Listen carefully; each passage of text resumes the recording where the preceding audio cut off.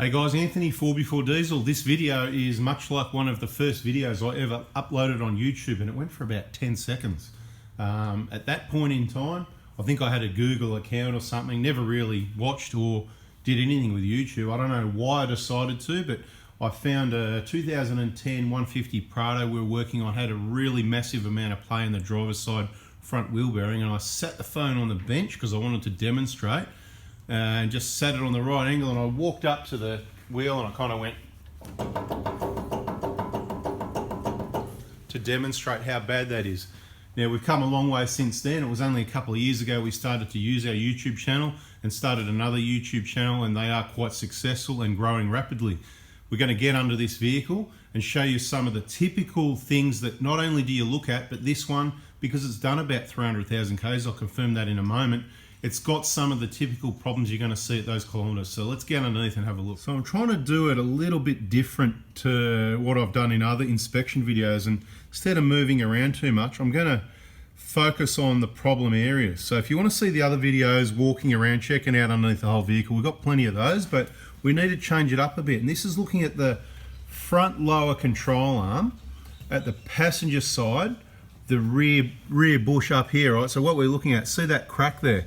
That side, not too bad, but there's a bit of twist on that. Obviously it's up on the hoist. There's a little bit of a crack at each end, but the worst of it is what you can see just there at that end of that rubber bush. That's not a massive thing to worry about, but it's something to keep an eye on. We're going to move over to the other side now and check that one out. Rightio, same story here with this one. I'll get the light in the right angle, lights, camera, action, right?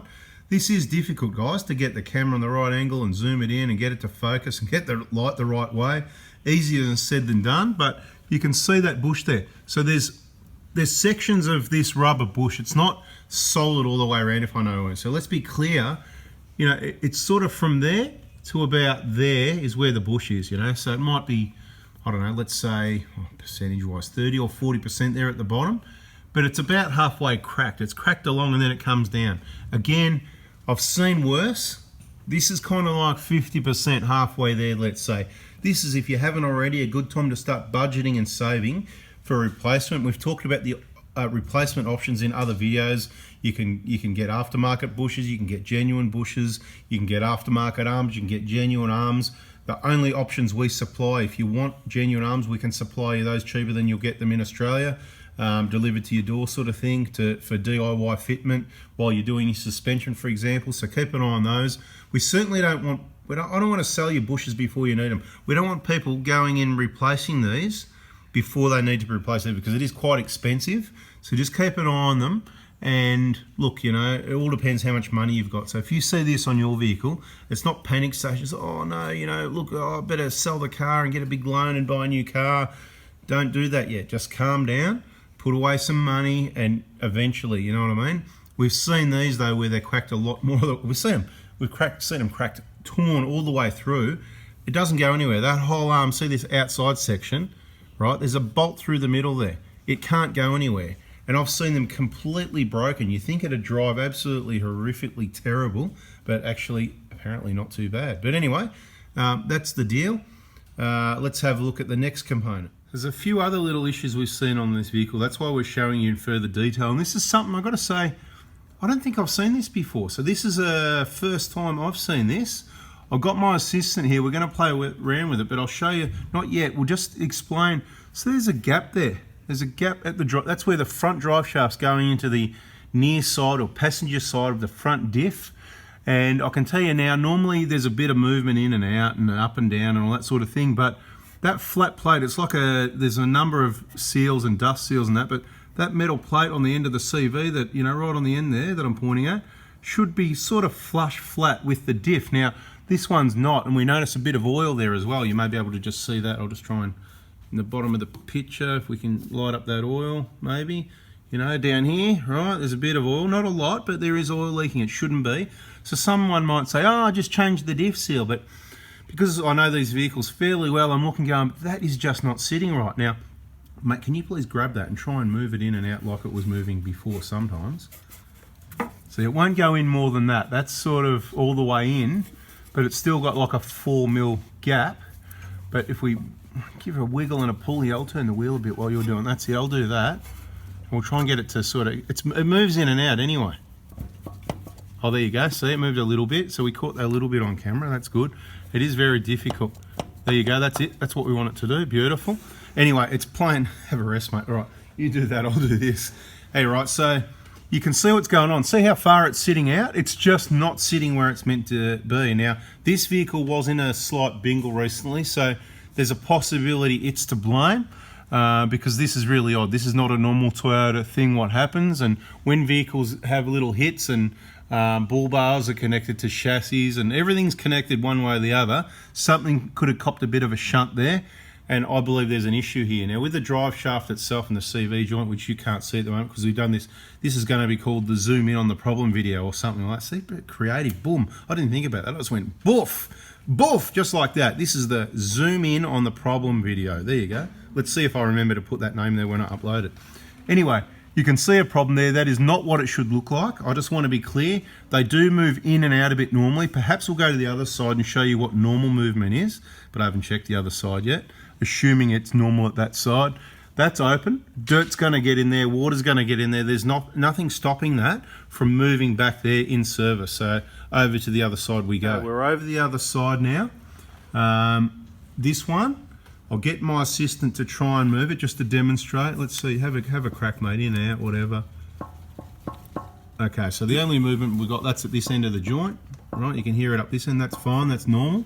All right, mate, back to what you're doing. Thanks again for your assistance.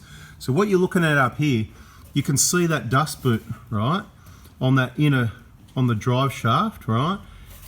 It's flush, right? I'm gonna go get a little point. Give me 1 second. I'll get a special pointer called a, what screwdriver?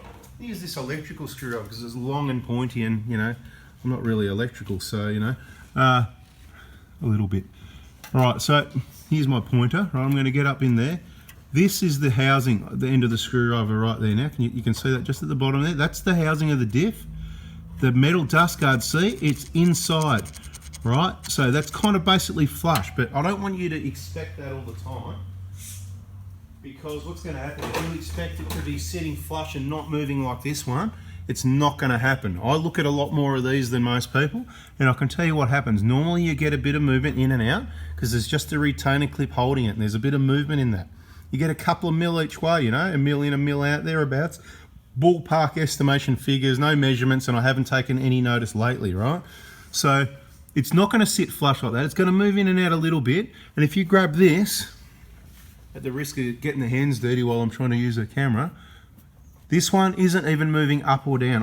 I'm trying to move that up and down, right? There's no movement going on. Well, there's minimal. I shouldn't say minimal. But some vehicles, this will move up and down as well. There is a bit of movement there. Now, obviously, this is why it's good to compare new vehicles and older vehicles and all these different Ks, and all these videos are really good. But I'm giving you some examples of what we're seeing right now. So if you find this on your vehicle and you search our channel, you go and have a look. You know what? It's much easier to watch the videos and have the knowledge in your brain so that when it happens, you already know the answer instead of, oh, I've got to go find this now, and it's all a big stress and you're in a hurry and you need to get it fixed and you can't find the information. Wouldn't it have just been easier? It's like, imagine you never learnt mathematics, right? You never learnt it, and then you went down the supermarket and you had some cash in your pocket, whatever, before FPOS cards. You had some cash in your pocket, you went in and you grabbed a few things off the shelf, and you went to the checkout, and guess what? You didn't have enough money, right? You need to know basic in advance. You need the information in advance, and that's what I'm saying. These videos, 10 minutes a day, it's not much to ask to get yourself educated. Again, I say on your second biggest investment. So I think it's time to move on to the next thing. The only other thing here, just come back a little bit, we can see that either the boot's been replaced or there's some work being done on the boot. See that zip tie that's cut off? I don't have a problem with these plastic zip ties at all, actually, as long as they're decent quality so they're not going to break, and as long as preferably they're cut off flush, not on an angle like that, like a bloody knife blade, right? As long as they're tight, so they're sealed. I don't see any grease coming out there. That is, from a bit of a push and a pull. It looks like a genuine boot. So if you bust that clip and you want to replace it with a plastic one, a nice thick one, good quality, pull it nice and tight and cut it off flush. I don't have an issue with that. Check at each service. Look, the stainless obviously would last longer, as in the 10, 15, 20 year thing, but it's a fact that The zip ties, probably, if it's quality, it's probably going to last as long as the boot or till you're going to do some maintenance or replace them anyway. So just thought I'd throw that in there. The rest of all the CV and everything here looks as per normal. Let's move on to the next item in detail. The oil leak. The oil leak. The famous or infamous oil leak. Okay, what is it? 1KDs don't leak oil. I can tell you, I've been around all around this engine almost. I shouldn't say that because I haven't. And it's dry. Everything I can see or seen so far, it is dry. But what I can see is, see that wetness up on the side of the block all around that area there. And see right in the middle of the picture, I've talked about it in other videos, right there in front of my finger, right there's a plug, there's a plastic plug. It does nothing other than it's got an O-ring on it and it's meant to seal oil from leaking out of the block there.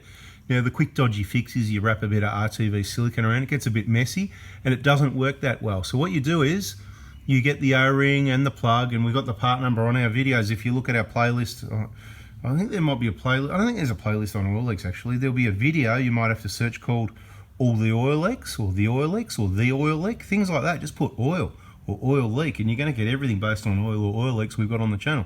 Search our channel. Don't worry about anyone else's information. If you want the right information, it's right here. Then you can replace, most likely when you try and get it out, they get a bit stuck. So it's a 10mm bolt you take out, you can see that 10mm bolt there. You take out the 10mm, you can try and get the plug out, give it a wiggle, give it a pull, but the O-ring, the problem is the O-ring's gone a bit hard and therefore it doesn't want to come out from where it is. The plastic's been heated, it's brittle, it can break.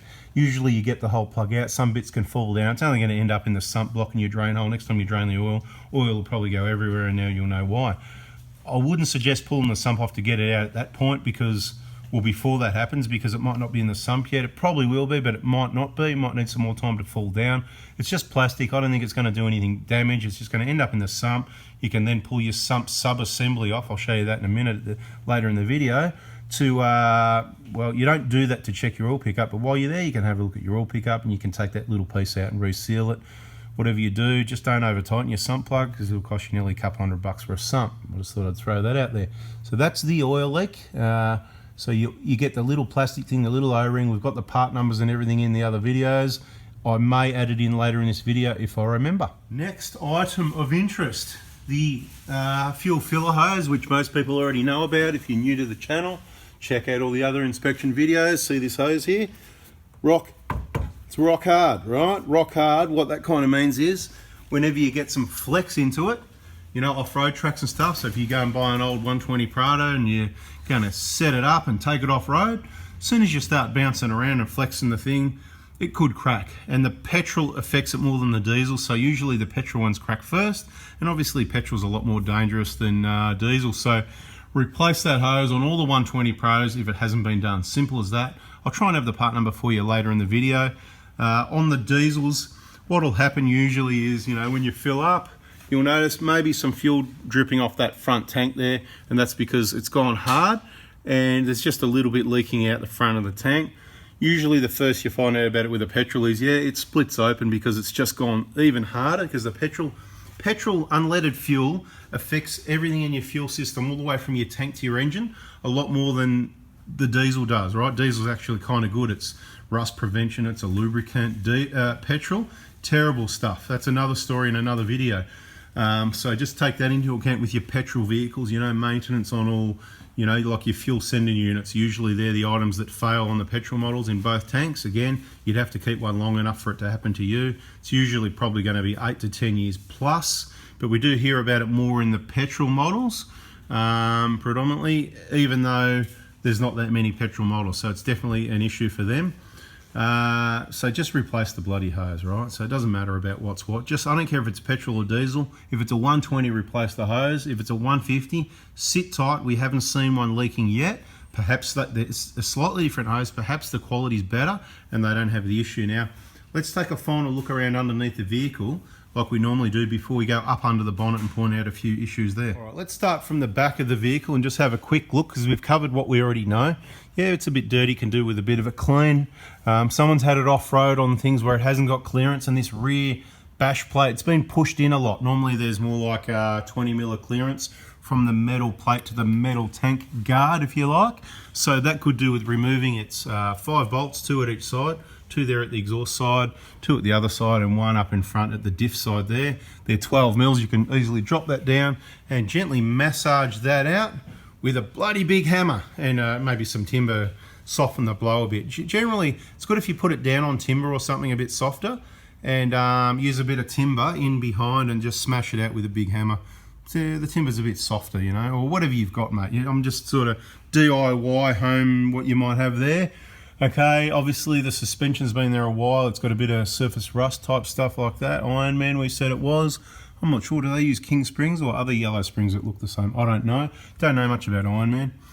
Don't want to know.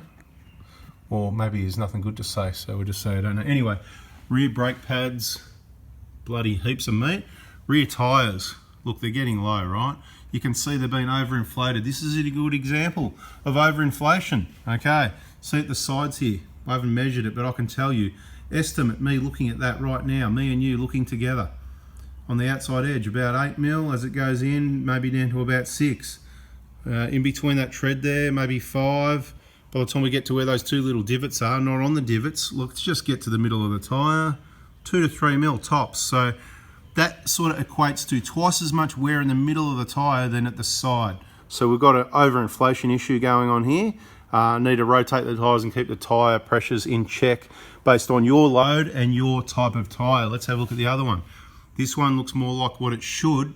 It's still overinflated. It's wearing more in the middle than the sides. I don't know if you can see that in the video. It's one of those things you've got to sort of put a ruler up and show you, which at the moment I've got a light in hand, not a ruler, so perhaps another video. There's so many videos I need to do. Subscribe, turn the bell on. We'll get there in the end. They're all coming. The rear transfer filter looks like it hasn't been changed. The positive is all those orange clips you need to carefully undo, they're not butchered, so that's good. Looks like there's been some grease in the driveline. We don't have any, so with all the grease in the driveline on this vehicle for 12 years, whatever, and that many, cut 300,000 Ks, whatever it is, I'll check that again in a minute. With all that grease, there's no what looks like oil sitting on the bottom of that transfer case there, so we still haven't got to the bottom of those. So you can see there's been traces of, see, yeah, actually you can see that traces of where the dirt stuck to it. So it could all be just to do with grease, but I just don't know how much there could be that much oil. And if it is oil, why isn't the oil over here as well? Where, you know, but maybe it's the heat from that dissolves it. And I don't know. Look, we need an oil grease specialist to let us know. This guard here looks mighty close to the exhaust. I don't know if that's how they normally are. I don't think so. So I'm going to take note on another vehicle. I'm pretty sure there's a rock stuck up behind in there. There you go. There's some rocks jammed in there, and push the guard down closer to the exhaust than what they normally are. And this is what I'm talking about. It's not a big deal, but this is where the eye of the person that looks over these vehicles every day, you just straight away go, boof, that's not right. Why is that sitting like that? So what we'll do, we'll get a long screwdriver and flip those rocks out, and then that guard will probably go back down where it's meant to. This is the exhaust joint where there's a gasket where you get that horrible squeak sometimes. You can change it yourself. Couple of, what are they, 14 mils if I remember correctly. Whatever, you can retension the springs a bit if you want. You can replace them. You can do whatever you want. People have got different ideas to fix it. I find changing the gasket fixes it, but all the off-road dust, dirt and everything getting in there wears it down more quickly, and you find yourself needing to change it every couple of years or so, 2 or 3 years. What else? Getting up here, we talked about the oil leak. Did you want a closer look in there? If you hung around, there you go. That's that plug we're talking about. We just wanted to do it different to normal. No insulation over the starter motor. Not excited about that. Looks like someone's been in there, maybe done something, because that's not exactly how they normally sit. I'd again have to go back to another vehicle and work out exactly what's going on there, but that's not how they normally, it's not how things normally are. Anyway, front brake pads all good. A little bit of corrosion on these calipers, more than normal, if you know what I mean. So something to keep an eye on. We've talked about the oil leaks. Probably do with the bash plate. We've done an oil change. We're yet to finalise the cleaning of that, but it's pretty clean compared to, you know, whatever. Turbo, you can see it's been in some mud. It's got all that red mud stuck, stained to the back of it. This is a good example. See the small amount of oil on the turbo up there? Yeah, not worried about that, okay? We do see maybe 1 in 10. I'll use that as a number. It could be 1 in 20, I don't know. bit of oil on them like that, and it's just a non-issue. If you gave it a good wash, you might not even see it there again, or it could take a very long time. Now, these are the bushes in the lower arms that we had a look at earlier in the video. You can see there it is. That's that cracked one, that cracked one. Let's have a look at these because we didn't look at them before. Oh yeah, they're pretty twisted and a bit chopped up as well. Yeah. So, you know, safe for lower arms, safe for suspension. Usually you're going to see the usual sweat on the bottom of the rack boot. I'm pretty sure, I know for a fact that, you know, the seals of the rack do leak slowly, and it's just that little sweat in there. Not a big deal, not worth repairing, but it's not from any grease or oil or anything like that. It's definitely coming out from the rack underneath that boot there. One thing I can't do with two hands is check for playing the rack ends. Mate, can you give us a hand for a second? Just wiggle this from side to side just to see if there's any movement there. It's hard to tell with a wheel bearing, isn't it? Yeah, what I'm looking at, keep doing that, can you? Because I can just demonstrate the video, that's good. Look at the amount of play in that. That bearing is off its head. Right, so I'd be doing the bearings and then trying to check the... How about this one? Do you want to give this one a bit of a jiggle? And we'll see if we've got any exciting movement here at this one. No movement here, mate. That's good. Can you feel any play in that inner rack? Nothing? Okay, good. All right. As you were. Thank you, sir. Yeah, so that's about it, I think. Let's get under the bonnet and have a look at the things we found up there. Quick look around under the bonnet. He's got a K&N filter in there, so we didn't bother. We discussed we weren't going to bother doing any maintenance or looking at that. I did notice the timing belt light's on, but it's also got a timing belt been replaced at 300 odd thousand Ks, whatever it might be. So I don't know why the timing belt light's on, but we've got a video for anybody that needs. Do not clear your timing belt light unless, okay, unless you've replaced the timing belt. So we're not going to clear it. I'll advise that there is a video available to clear it if you know that it's been done. But see, this is saying that it was done at 150. Date replace. Oh, so no, it hasn't been done at 300,000. Oh, but yeah, there's another sticker over there, 280k. So it has been, right, so they've done it at 280k. They probably didn't. Oh yeah, and it's come on at 300,000 because they did it early and hasn't cleared it since. So if that happens to you, you just need to find the video. Now, the other thing we notice on this one, down between a few things here, right? There's your power steering reservoir here, straight down, that's your supply pump. If you look straight down here, right there, this baby's got the short suction control valve, because most of them do, until we change it, and we've said they're rubbish. If you don't know what I'm talking about, keep watching the videos. Last but not least, I think it's last, we've just done an injector replacement job on this, and we couldn't complete it 100% because one of the items that was missing, it's 99%, don't get me wrong, but over a short period of time, something needs to be done. This is a Prado. If it was a Hilux, this would look normal, but it's a Prado, so it doesn't look normal because with the Prados, doesn't matter if it's a 120 or 150, there's a cover over the cover.